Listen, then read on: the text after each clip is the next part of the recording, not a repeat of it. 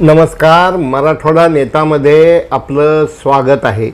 आज आपण भेटत आहोत एक तरुण तडफदार निर्भीड व्यक्तिमत्व 2007 पासून MIMचं काम करत आहेत, जे विधिज्ञ आहेत, ज्यांनी प्रदेश कार्यकारिणीवर, जिल्हा पातळीवर तालुका अध्यक्ष म्हणून काम केलेलं आहे, असे ॲडव्होकेट शेख याला आम्ही भेटत आहोत। नमस्कार साहब, मैं आपसे पूछना चाहता हूँ कि मराठवाड़ा नेता के श्रोताओं को आप आपकी थोड़ी यानी आपकी जानकारी, एजुकेशन कहाँ हुआ, कैसा हुआ, कितना हुआ, इसकी जानकारी दो। मेरा नाम एडवोकेट मोहम्मद अली शेख है। मैं वकील हूँ और MIM पार्टी का डिस्ट्रिक्ट प्रेसिडेंट हूँ। जैसा कि बदर साहब ने कहा, मैं माजी में MIM का डिस्ट्रिक्ट प्रेसिडेंट रह चुका हूँ, उसके बाद महाराष्ट्र कोर कमेटी मेंबर भी रह चुका हूँ। अब फिर से दोबारा मैं MIM पार्टी का डिस्ट्रिक्ट प्रेसिडेंट हूँ। आपके पिताजी यानी क्या बिजनेस करते थे? मेरे पिताजी डॉक्टर थे, एज वेल एज वो कंडक्टर थे पहले। अच्छा, उसके बाद डॉक्टर भी थे। आप यहाँ लातूर में MIM पार्टी का अभी तक एक भी काउंसिलर चुन के नहीं आया, ऐसे हालात में आपने MIM ही क्यों चुना? सर, MIM पार्टी जो है वो भारत के कॉन्स्टिट्यूशन के ऊपर भरोसा रखती है और MIM पार्टी जो वॉइसलेस पीपल्स है, हाँ, उसकी वॉइस बनती है। अच्छा, जिनकी कोई सुनता नहीं है, हाँ, वैसे लोगों की क़यादत मजलिस इत्तेहादुल मुस्लिमीन MIM पार्टी करती है। अच्छा, और देश के हर पिछड़े समाज को आगे लेके जाना ये MIM पार्टी का एम है। यानी ये सब होते हुए क्या मराठी में, हिंदी में कहावत है, या शेख अपना अपना देख। अपने उम्र के करीब करीब 7 से 22 तक, बोले तो 15 साल पूरी जवानी अपन इस पार्टी के लिए डिवोट की है। इस बारे में आप हैप्पी है क्या? नहीं, मैं बिल्कुल हैप्पी हूँ।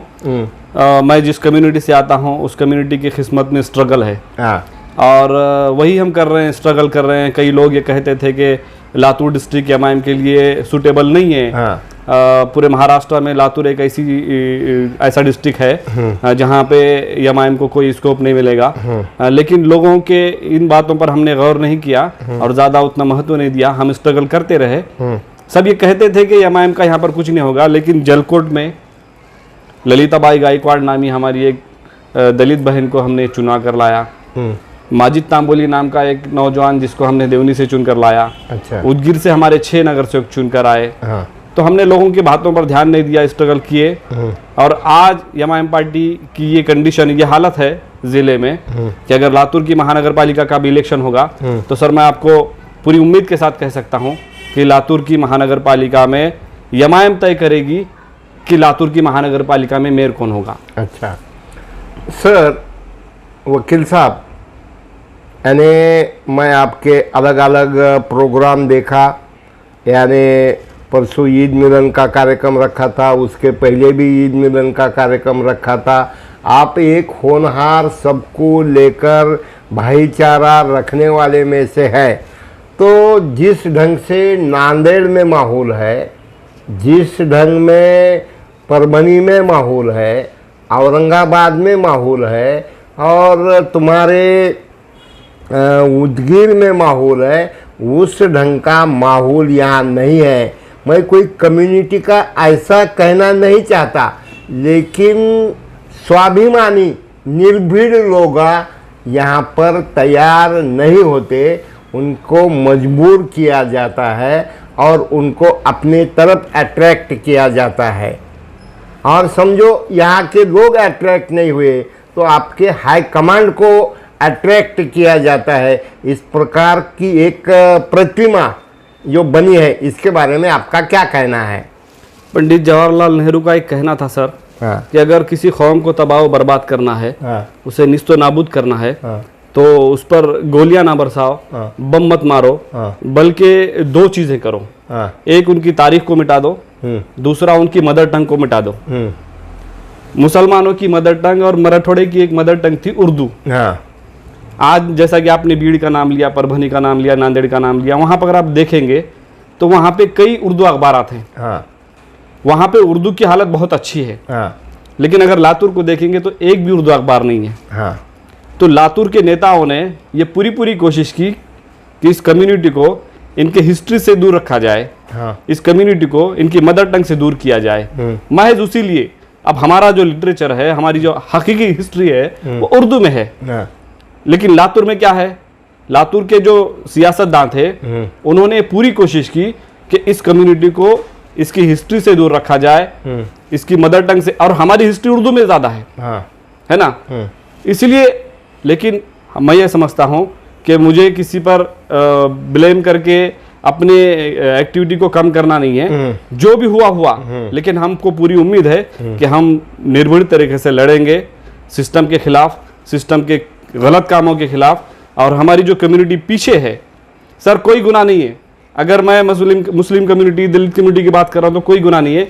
कॉन्स्टिट्यूशन हमको इजाजत देता है कि जो भी पिछड़ा है उसको मेन स्ट्रीम में लाना, ये तो गवर्नमेंट की जिम्मेदारी है। हाँ। अगर उस जिम्मेदारी को हम थोड़ा निभा रहे हैं तो ये अच्छी बात है।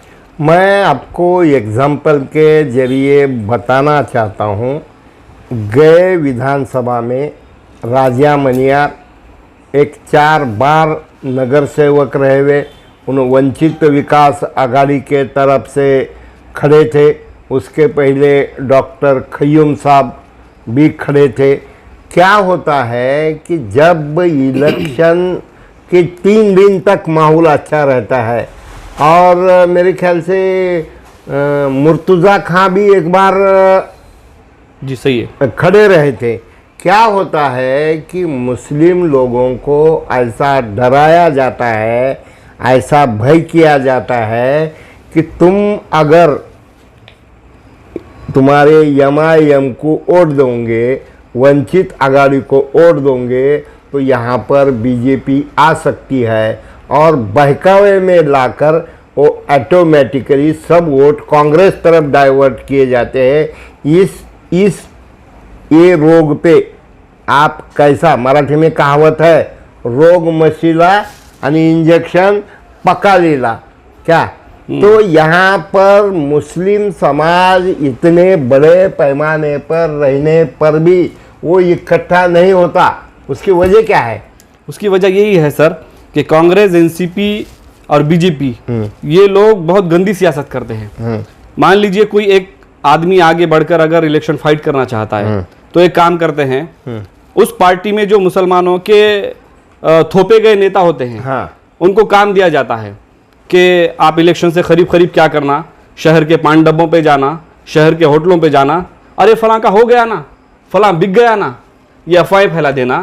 प्लस ये भी कहते हैं कि बीजेपी आएगी। हमारा ये मानना है कि जितना बीजेपी ने इस मुल्क का और मुसलमानों का खराबा किया है, उससे कई ज़्यादा कांग्रेस एनसीपी की सरकार ने किया है। कांग्रेस एनसीपी की सरकार 15 साल थी, कई बच्चों को सिम्मी के नाम पर उठाया गया, टाडा पोटा के नाम पर उठाया गया, कई बेकसूर नौजवान जेलों में कैद हैं। कांग्रेस, एनसीपी, बीजेपी, शिवसेना ये लोग गंदी सियासत करते हैं। आयन इलेक्शन से पहले ये करते हैं कि वो फला उम्मीदवार तो बिक गया ना, और ये काम कौन करते हैं? हमारे ऊपर जो मुसलमानों के थोपे गए हुए कांग्रेस के लीडर्स हैं, उनके जरिए, उनके बगल बच्चों के जरिए, कॉन्ट्रैक्टरों के जरिए बदनाम करके वोटर्स को अपने तरफ खींचने का काम करते हैं, और ये भोली कौम है। हाउ कैन यू कंट्रोल, आप किस ढंग से इस अपप्रचार को रोकने वाले हो? सियासत करने के लिए, इलेक्शन लड़ने के लिए कैश, कास्ट और क्राइम, आपकी कास्ट है लेकिन आपके पास कैश नहीं, और आप यहाँ पर यानी लातूर में कोई भी कौम का आदमी गुंडागर्दी, दादागिरी नहीं करता, तो तुम्हारे जैसा तरुण अकेला आदमी यहाँ इतने बड़े शुगर सम्राट, इतने बड़े मिनिस्टर जिनके अब्जों की प्रॉपर्टी है, और उनके गली गली में यानी जो कार्यकर्ता है, हौक्यान हमारे शेख साहब, अली शेख साहब, तुम कैसा फेस करने वाले हो? आपकी सिक्रेसी मुझे मत बताओ, लेकिन आप कैसा फेस करने वाले हो? यही मैं आपको बता रहा हूँ कि जो शुगर माफिया हैं, जो बड़े बड़े लीडर्स बन के बैठे हैं, हाँ। ये लातूर की जनता ने उन्हें बड़ा बनाया है। हाँ। और लातूर की जनता को ही हम अवेयर करेंगे। हाँ। और मुझे पूरी उम्मीद है कि अगर ये जनता को ऑप्शन मिल गया तो ये जनता बिल्कुल देर नहीं करने वाली इनको तख्त से तख्ते पर लाने में। अच्छा। क्योंकि ये जनता बहुत भोली है, इन्होंने इनको बहला फुसलाकर अब तक राज किया है। हम पूरी कोशिश ये करेंगे कि लातूर की जनता को इनके बुरे कामों के ताल्लुक से अवेयर करें। मुझे लातूर की जनता ने देश को बड़े बड़े नेता दिए इस जिले ने। हाँ। इस जिले की अवाम ने, इस जिले की जनता ने देश को बड़े बड़े नेता दिए, लेकिन सवाल ये पैदा होता है क्या उन नेताओं ने इस लातूर को कुछ दिया? नहीं, कुछ नहीं दिया। आज भी लातूर की ये पहचान है कि लातूर में ट्रेन से पानी आया है। हाँ। वो लातूर क्या जिसको ट्रेन से पानी आया? वो लातूर क्या जिसमें जहां पे गंदा पानी आता है, हाँ। पीने के लिए गंदा पानी आता है? वो लातूर क्या जिसके नौजवान रोजगार के लिए दर बदर भटक रहे हैं? आज लातूर की अगर पहचान है, लातूर की अवाम ने अगर इतने बड़े बड़े देश को नेता दिए, तो क्या उन नेताओं ने सचमुच में इस जनता को कुछ दिया? कुछ नहीं दिया सर। लातूर जिले की अवाम की पहचान अगर गंदे पानी से होती है, लातूर जिले की अवाम की अगर पहचान के दिल्ली से ट्रेन से अगर पानी, दिल्ली से ट्रेनें आते हैं और ट्रेनों से पानी अगर लातूर को पहुंचता है, अगर ये हमारी पहचान है, तो क्या सचमुच में ये नेता नेतृत्व करने के काबिल हैं? वो नेता काबिल है या नहीं, बल्कि उनको समर्थ पर्याय, यानी आप ऐसा क्या करिश्मा करने वाले हो कि जो करिश्मा के जरिए लोग आपको वोट देंगे? हम लातूर में एमआईएम पार्टी के कामों को हाँ। लातूर की जनता को दिखाएंगे। हाँ। सर आप जानते होंगे या नहीं जानते होंगे मुझे पता नहीं, लेकिन एमआईएम पार्टी देश की वाहिद ऐसी पार्टी है, सिंगल ऐसी पार्टी है जिसके पास एजुकेशनल सोसाइटीज का बड़ा जाल है। हाँ। फिलहाल अकबरुद्दीन ओवैसी महाराष्ट्र में भी इसकी बुनियाद रखे हैं, इसकी नींव रखे हैं। 8 दिन पहले उन्होंने लातूर महाराष्ट्र के औरंगाबाद में एक स्कूल कायम किया है जिसमें महाराष्ट्र के सभी मजहब के बच्चे फ्री ऑफ कास्ट पढ़ेंगे सर। हैदराबाद में 11 स्कूल बनाए गए हैं जिसमें फ्री ऑफ कास्ट बच्चे पढ़ते हैं, और वहां पर कुछ नहीं है कि सिर्फ मुस्लिम बच्चे पढ़ते हैं, हिंदू, दलित, सिख, ईसाई सारे बच्चे पढ़ते हैं सर। तो एमआईएम पार्टी जो है, मुझे बताइए कांग्रेस ने कहां पे किया ऐसा? एनसीपी ने कहां किया ऐसा?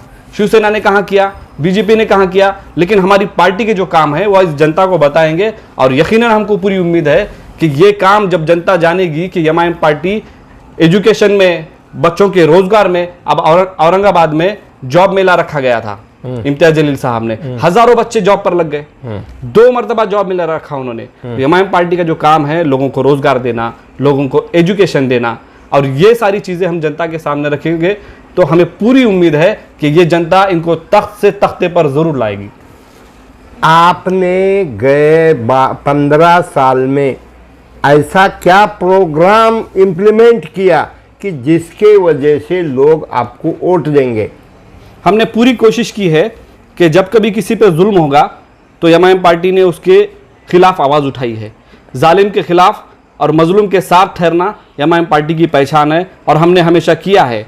और यकीनन फॉर एग्जाम्पल बोलिए।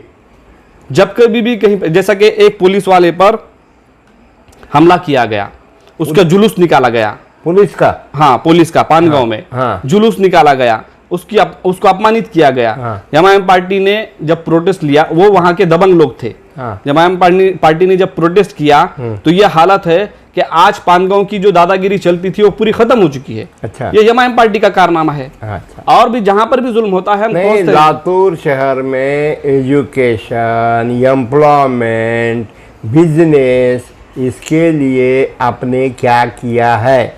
एमआईएम ने, आपने, ओवैसी साहब ने, और औरंगाबाद के कौन, खासदार इम्तियाज जलील, खासदार इम्तियाज जलील साहब ने क्या किया है? और आप संगठन बढ़ाने के लिए क्या क्या कर रहे हो? अभी इलेक्शन 6 महीने में, 4 महीने में आ रहा है। अकबरुद्दीन ओवैसी साहब जब 2009 में लातूर आए थे, हाँ। उन्होंने यहाँ की अवाम से कहा कि हमें आपसे कुछ नहीं चाहिए, हमें आपकी यूनिटी चाहिए, एकता चाहिए। यहाँ पर हमारी जमीनें हैं, वो जमीनें हम सर पे उठा के लेके नहीं जाएंगे। आप यहाँ पर एमआईएम को ताकत दो, हम यहाँ पर आपके बच्चों के लिए एजुकेशनल सोसाइटीज, एजुकेशनल स्कूल लाएंगे, हॉस्पिटल बनाएंगे। और एमआईएम पार्टी ने ये किया है। मुंबई में भी ज़मीन खरीदी, हैदराबाद में अभी ज़मीन खरीदी, उसका शिलान्यास भी हुआ, उत्तर प्रदेश में हुआ। जहाँ जहाँ पर एमआईएम पार्टी मजबूत होती है, और इंशाल्लाह बहुत जल्द हम भी मजबूत होंगे, तो हमें पूरी उम्मीद है कि असदुद्दीन ओवैसी साहब और अकबरुद्दीन ओवैसी साहब लातूर में भी एक बेहतरीन स्कूल और हॉस्पिटल बनाएंगे। ये उन्होंने कहा था, उन्होंने वादा किया था। नहीं, इस प्रकार का लोगों में अफवाहें या सच वो आप जाने, ओवैसी साहब जाने, इस प्रकार का प्रचार किया जाता है कि एमआईएम ये बीजेपी की बी टीम है। तो आपका क्या कहना है? सर, महाराष्ट्र में 48 सीट हैं। हाँ, हमने एक लड़े, एक जीते। हाँ, अगर हम बीजेपी की बी टीम होते हाँ, तो 48 सीट लड़ाते। हाँ, महाराष्ट्र में हमने सिर्फ 24-25 को सीट दिए। हम अगर बीजेपी की बी टीम होते तो 288 दे देते। अगर हम बीजेपी की बी टीम होते तो कांग्रेस का, बीजेपी का नगर सेवक कांग्रेस को वोट नहीं करता और कांग्रेस का नगर सेवक बीजेपी को वोट नहीं करता। हाँ।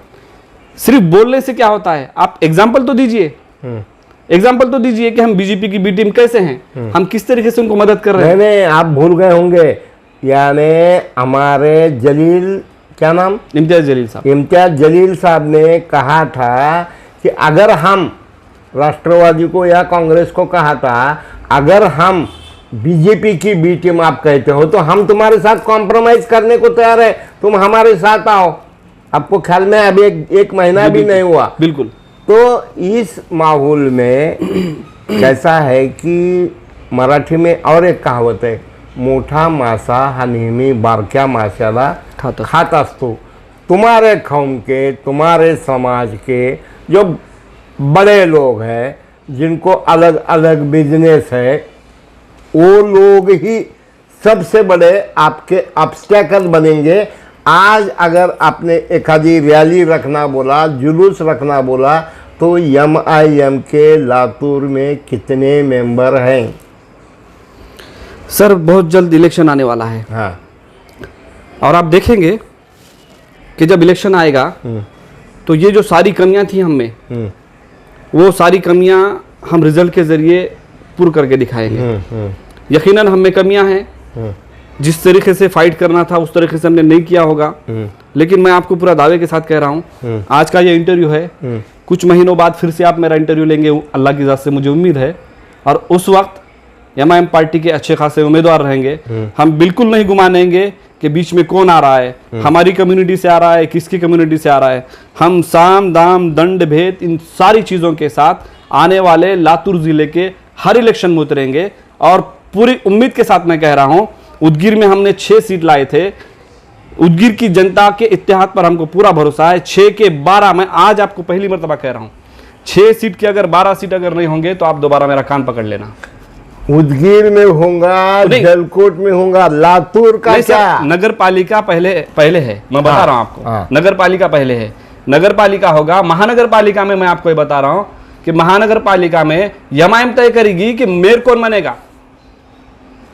अली साहब, लातूर की सियासत या लातूर का पॉलिटिक्स इस तरीके का है कि यहाँ पर अगर जिस समय यहाँ के कांग्रेस के नेता को लगता है कि यहाँ आउट ऑफ कंट्रोल है, तो अपोजिशन में बहुत ही दुबला कैंडिडेट दिया जाता है। जब हत्ती लेके डॉक्टर खयूम साहब खड़ रहे, मेरे ख्याल से 24 या 25 हज़ार वोटिंग मिले थे।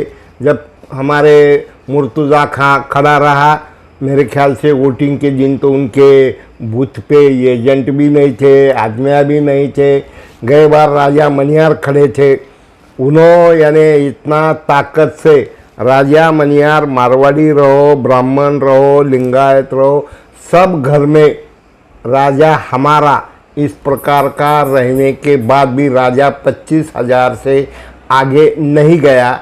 उसके बारे में ऐसा कहा जाता है कि जब लोगों को divide and rule British formula apply किया जाता है, जब ब्रिटिश फार्मूला अप्लाई करके भी अगर नहीं होता तो हाई कमांड को मैनेज किया जाता है, इसके बारे में आपका क्या कहना है?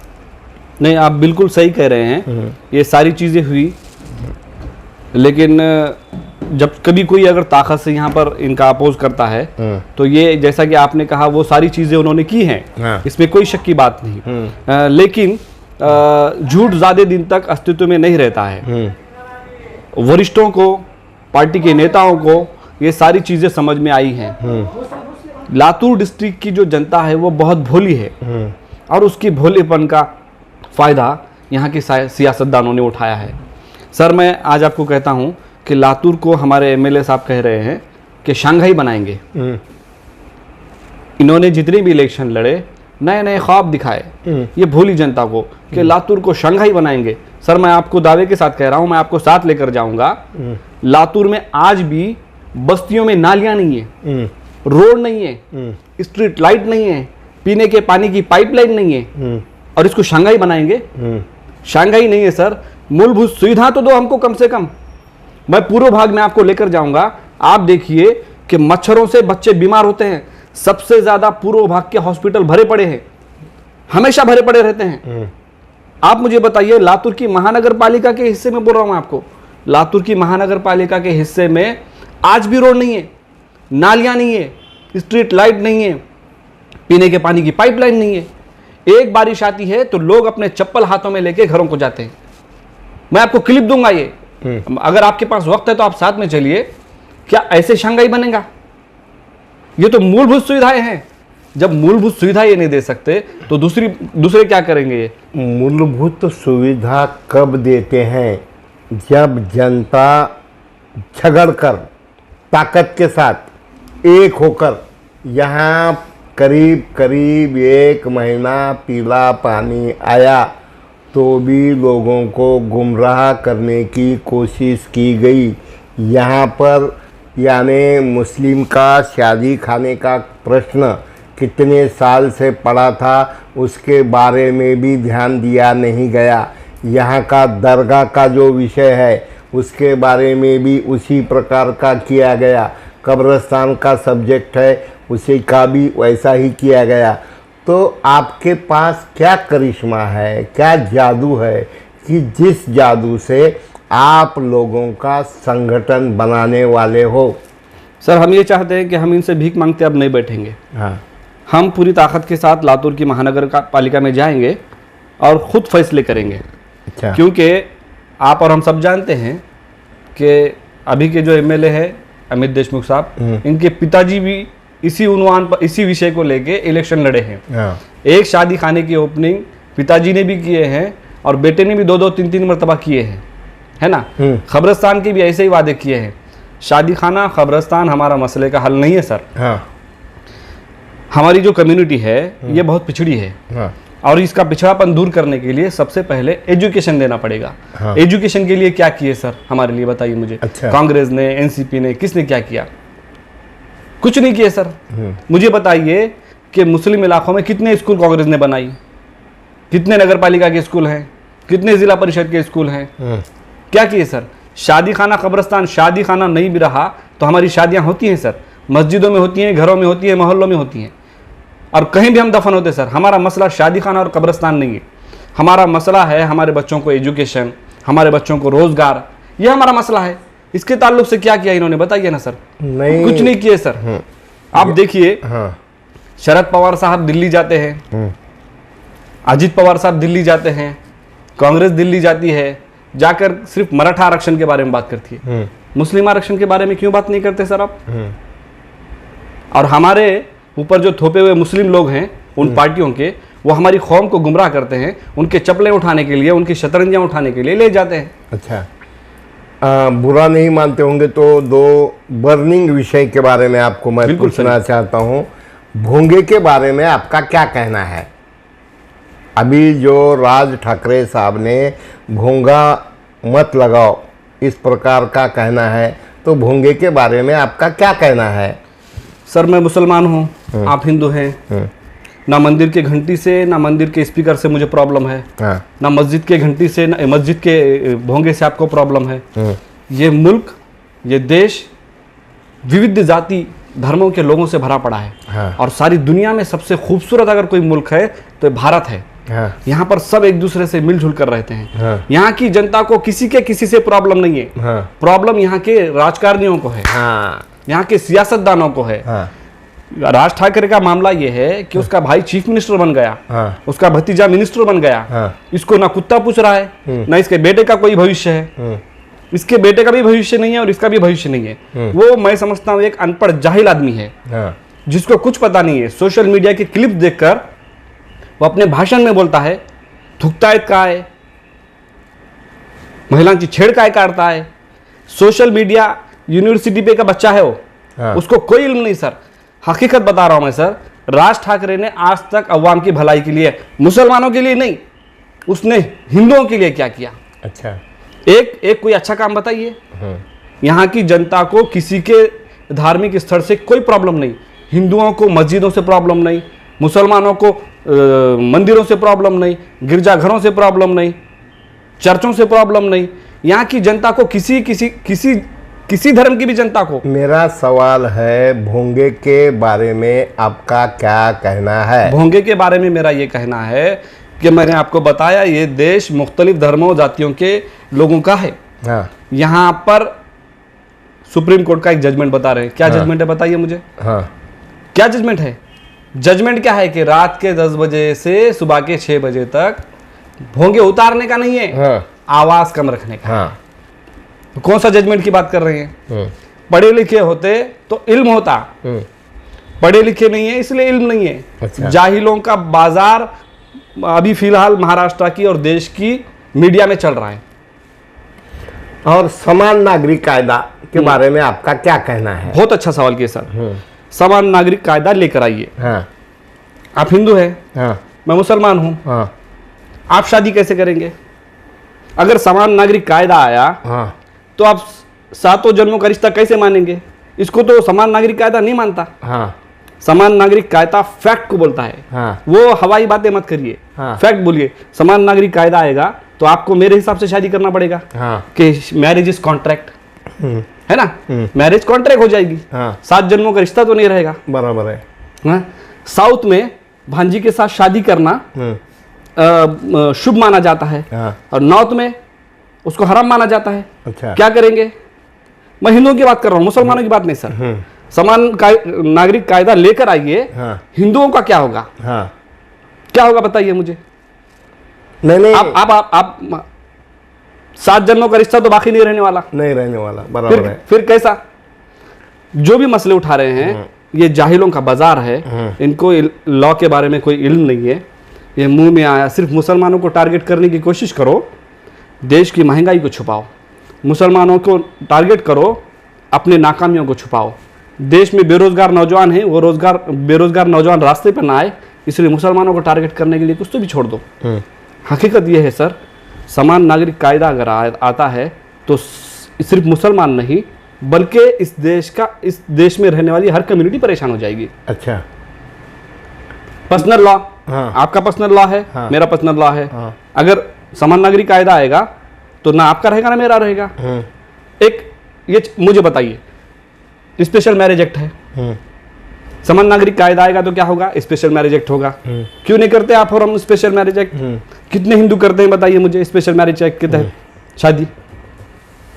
कौन करता है स्पेशल मैरिज एक्ट के आप तहत? अगर जानते होंगे शिवाजी कवेकर जब एमएलए बने तो उस समय मामूली इस प्रकार का प्रचार किया गया। माँ यानी मारवाड़ी, मु यानी मुस्लिम, ली यानी लिंगायत, यानी जात जात में जहर फैलाया गया और विलासराव को गिराकर शिवाजीराव पाटिल कवेकर को चुनकर लाया। फिर जितने वोट से कवेकर चुन के आए थे उससे कई गुना वोटों से गिरे। मैं बोलता हूँ कि लोगों को जात और धर्म के नाम पर वोट मांगना कितने हद तक योग्य है या अयोग्य? As a advocate, not only MIM president, आपको क्या लगता है कि यहाँ लोगों ने शिवाजीराव पाटिल कव्हेकर को एमएलए बनाने के बाद दूसरे बार वो क्यों चुन के नहीं आ सके? बिल्कुल सही बोल रहे हैं सर आप। हाँ यहाँ के जो सियासतदान हैं वो सत्ता में रहने के लिए आखिरी नीच हरकतें करते हैं। हाँ जैसा कि आपने कहा कि जात धर्म का चोला पहनाया गया, हाँ। मामूली है ना। हाँ हाँ तो जब इनको सत्ता में आना रहता है हाँ। तो ये नीचता की आखिरी हद तक चले जाते हैं। अच्छा हाँ, और वो हमेशा करते हैं और करते रहेंगे। अच्छा। सवाल यह है सर कि हमको इस भोली जनता को अवेयर कराना पड़ेगा। भोली जनता को अवेयर कराना पड़ेगा। आप देखिए लातूर की महानगर पालिका में पहले अपक्ष उम्मीदवार जाते थे। अपक्ष उम्मीदवार जाते थे, अवाम की मसले को वहां पे रखते थे। लेकिन ये चाहते हैं कि लातूर की महानगर पालिका सिर्फ कॉन्ट्रैक्टर चलाएं, इसलिए उन्होंने वार्डों को बड़ा बड़ा कर दिए। हाँ। क्या आज लातूर की महानगर पालिका में एक भी अपक्ष है? नहीं। ये पूरी कोशिश करते हैं कि जनता में से जनता के नेतृत्व करने वाले लोग ना आए, जनता में से सिर्फ इनके दलाल चुनकर आए। ये जो चाहते हैं कि यहां से ये चुनकर आएगा, वहां से वो चुनकर आएगा, बस वही हो जाए। वार्डों को बड़ा करने के पीछे क्या पॉलिसी हो सकती है? यही पॉलिसी हो सकती है। नहीं, मैं क्या कहता हूँ कि यहाँ भी वार्डों को बड़ा किया गया, नांदेड़ में भी वार्डों को बड़ा किया गया, फिर तुम्हारे उदगीर में भी वार्डों को बड़ा किया गया, परभनी में भी किया गया, औरंगाबाद में भी किया गया। लातूर के मिट्टी का ऐसा जादू है कि यहाँ पर मुस्लिम लोगों को बढ़ना मुश्किल है। पॉलिटिकली बिजनेस में बढ़ेंगे, कोई बूट वाला बनेगा, कोई सॉमिल वाला बनेगा, कोई और आइसक्रीम वाला बनेगा, लेकिन पॉलिटिक्स में यहाँ पर मुस्लिम एक नहीं होते, इसलिए उनको वोट नहीं मिलते। और समझो आप खड़ रहे एमएलए के लिए फॉर एग्जांपल, तो आपके दोस्त, आपके फॉलोअर अदर कम्युनिटी के कितने हैं कि जो तुमको वोट देंगे, तुम्हारा प्रचार करेंगे, घर घर तक जाएंगे? नहीं सर, जो भी कैंडिडेट रहता है, हाँ, ये जरूरी नहीं होता है कि उसके सबसे संबंध हो, उसके फॉलोअर्स हो। जब कैंडिडेट ठहरते हैं अवाम के सामने ऑप्शन जो रहते हैं, तो कई मरतबा ऐसा भी होता है कि अवाम को कोई भी पसंद नहीं रहता है। हाँ। सारे गधे रहते हैं, लेकिन सारे गधों में से ये गधे को दे देंगे। नहीं, इसका सबसे अच्छा यानी उदाहरण है कि लातूर ग्रामीण में एक अननोन रमेश कराड़ को छोड़कर एक अननोन देशमुख पकड़ के लाए, उसको टिकट शिवसेना का दिया गया और उससे भी कई गुना ज़्यादा वोट नोटा को मिले। ये हिस्ट्री है। हाँ, भारत की मैं तो समझता हूँ हिस्ट्री होगी। हाँ, कि सेकंड नंबर पर नोटा है। हाँ, 27,000 नोटा को वोट है। हाँ। तो इससे वहां की जनता ने, ग्रामीण की जनता ने ये दर्शाया है, हाँ, कि हमारे सामने जो कैंडिडेट है वो काबिल नहीं है। नहीं, लेकिन उनके पास शुगर फैक्ट्री है, उन्होंने तुम्हारा वो शुगर केन नहीं लेके जाते, बोलते तुमको एम्प्लॉयमेंट नहीं देते, तुम्हारे ट्रक नहीं देते। अभी कुछ लोगों को बीएड कॉलेज देता हूँ बोले, उनकी पूरी ज़िंदगी गई, पैसा गया, लेकिन उनको बीएड कॉलेज दिया नहीं गया। Use and throw.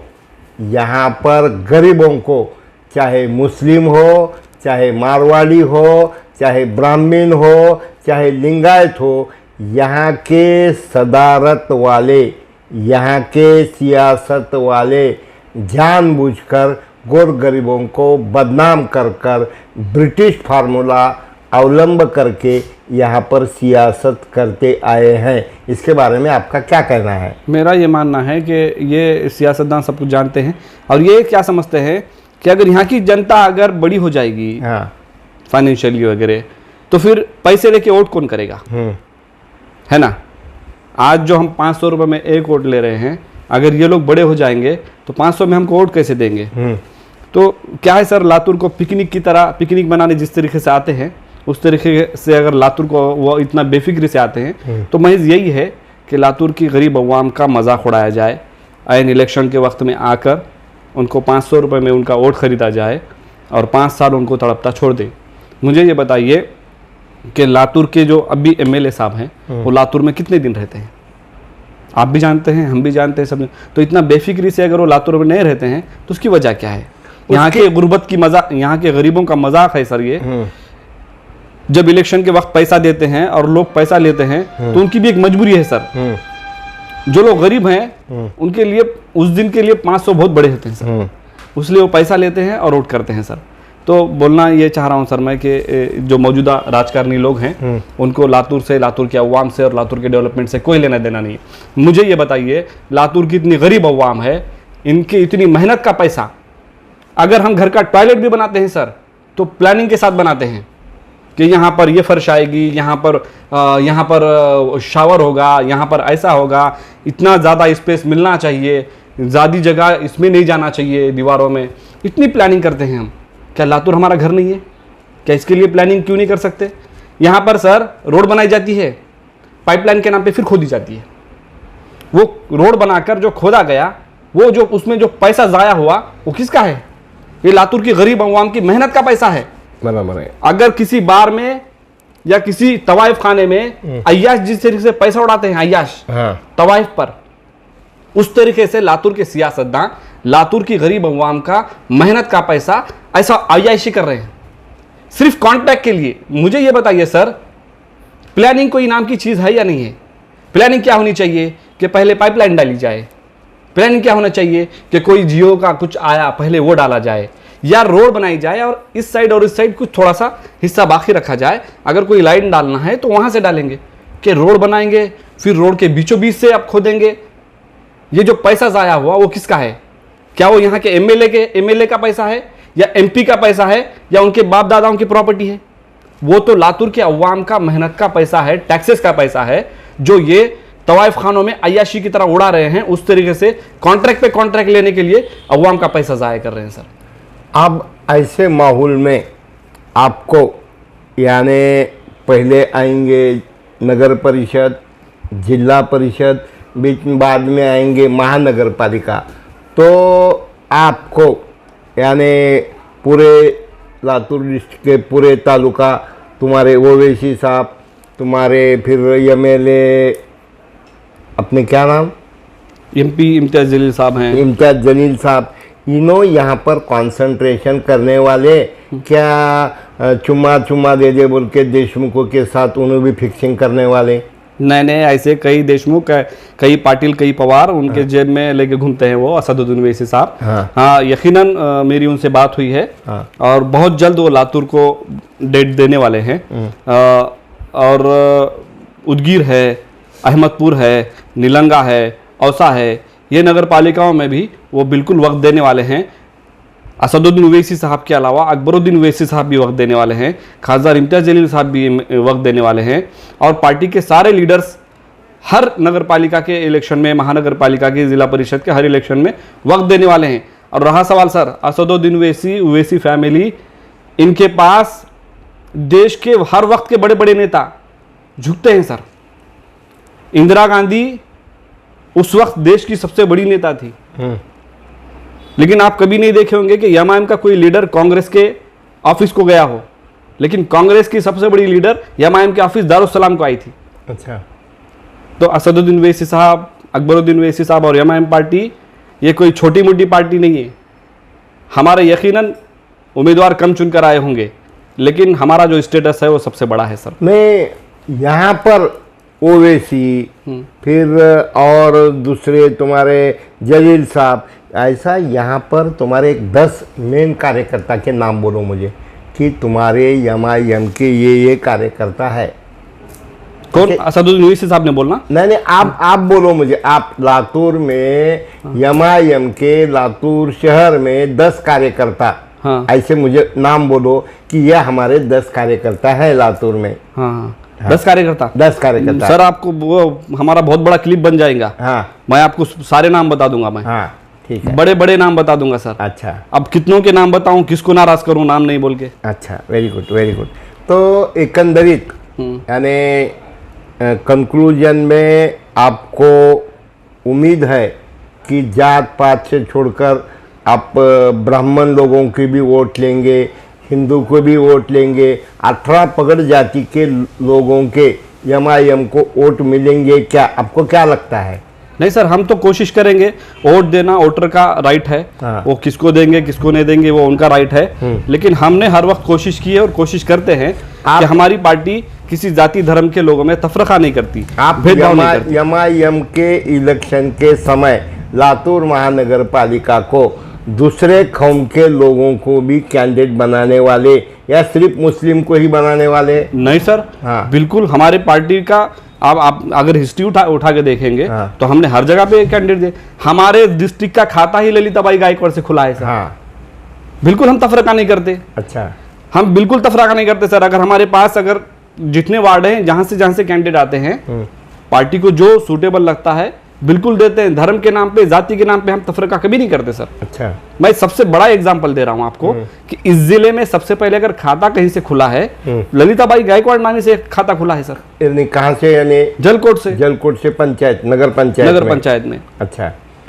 तो एकंदरित यानी आपका आत्मविश्वास ऐसा ही रहे और ये आत्मविश्वास सत्ता में कन्वर्ट हो। जिस प्रकार के आप प्रोग्राम लेते हैं, अभी तक आपने ईद मिलादुन का प्रोग्राम लिया, फिर पब्लिक अवेयरनेस के अलग अलग प्रोग्राम लिए, तो सभाएं लिए, सभाएं लिए, रैली ली, मोर्चा लिए, तो आप इसी प्रकार से संगठन कौशल्य बढ़ाना और ज़्यादा से ज़्यादा एजुकेशन, इक्वलिटी, सर्वधर्म समभाव अब सबको लेकर आप चलना और आपके नेतृत्व में क्या एडवोकेट अली साहब के नेतृत्व में कुछ अच्छा बने, ऐसी ही मैं मराठवाड़ा नेता की तरफ से आपको शुभकामना देता हूं। और आपको मराठवाड़ा नेता न्यूज़पेपर और मराठवाड़ा नेता पोर्टल के बारे में आपका क्या ओपिनियन है? नहीं सर, मैं छोटी सी कम उम्री से देखता हूं कि आप बहुत निर्भीड़ और साफ शफाफ पत्रकारिता करते हैं। हमने आपकी पत्रकारिता के ज़रिए हक बयानी सुनी है। आपने हक बयान करने में कभी आगे पीछे नहीं सोचा सर आपने। अच्छा। आप हमेशा जनता के प्रॉब्लम्स को आपके अखबार के ज़रिए रखते हैं और गवर्नमेंट तक वो बात को पहुंचाते हैं और पूरी कोशिश ये करते हैं कि आप फैक्ट को बयान करें। मैं कम उम्री से आपके अखबार को आपको जानता हूँ और आपको यही कहता हूँ कि अल्लाह करे कि आप इसी पर कायम रहे और आपका मार्गदर्शन हमें हमेशा मिलता रहे। धन्यवाद। Thank you sir. आपके बिजी टाइम में भी आप आए, मराठवाड़ा नेता पोर्टल को आपने आपका इंटरव्यू दिया, इसलिए मैं आपका बहुत बहुत शुक्रगुजार करता हूं। और आने वाले दिनों में आपका संगठन कौशल्य निर्भीड़ता से मैनेज नहीं होते हुए बड़े आपके नेता भी यहाँ पर समय दे, नियोजन करे, यही मैं आपको शुभकामना देता हूँ। नमस्ते। Thank you sir. Thank you.